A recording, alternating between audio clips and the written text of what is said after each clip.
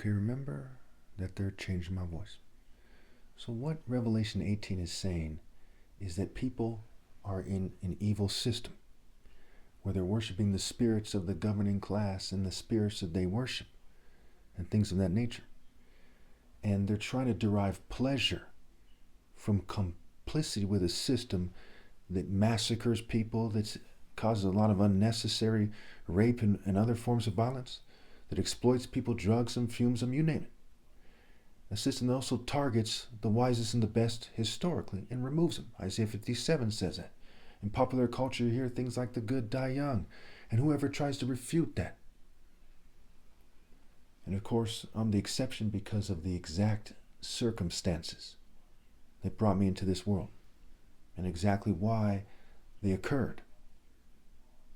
So when we're talking about people having a family, right? Typically when we think of America, for example, you think of family values to some degree. In recent years, they've tried to use, LGBT movements, that are controlled and LGBT people and what the Bible says about it and so on and so forth. They've tried to use minorities. They've tried to confuse the fact that heterosexuality is greater than homosexuality. And they try to use the fact that they're trying to confuse that to confuse you about the fact that they never had a sound model for the family in the West in the first place. Who would it be? No offense to anybody, but who would it be?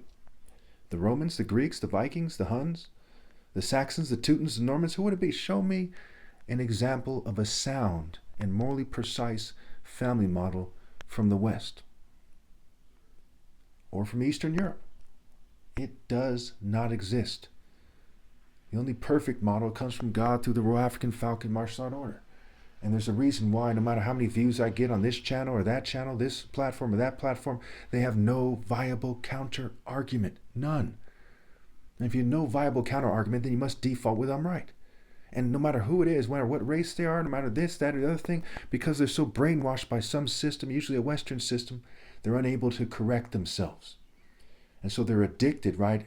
Alpha addiction, right? For what they perceive to be the alpha, what they perceive to be their ideal. What is their false idol? They continue seeking to derive pleasure from what is described as Babylon's system, the world system, and it's certainly based in the West. Look at governments and where their cultures come from.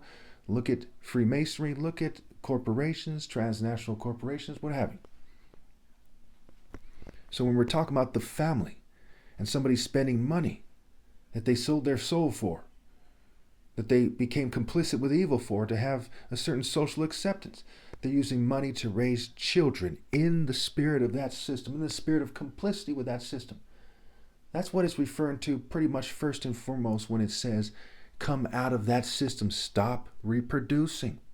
There's no way to be righteous and reproduce at this point, and never again will we see any point where that can be done. And so we see these people deriving pleasure, and the main model we're given is the white family. Now, some people have argued that the Jews are actually the main ones doing it. Okay, that's a little bit more confusing, but we know whites, Jews, and LGBT people together are the main ones doing it. We know that for sure. And so the model we're given is more of a white family model still than a Jewish family model. There's quite often a Jewish wash to the model. When we look at the people on the news, the celebrities, we look at the models, they look more Jewish than ever, crypto Jews, what have you.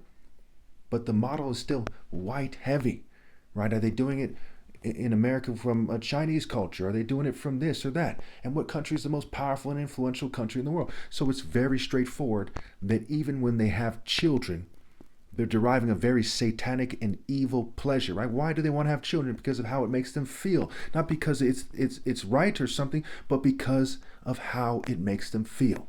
And we see that in Luke 23 where it says, blessed are the childless women, the breasts that never nursed and the wombs that never bore.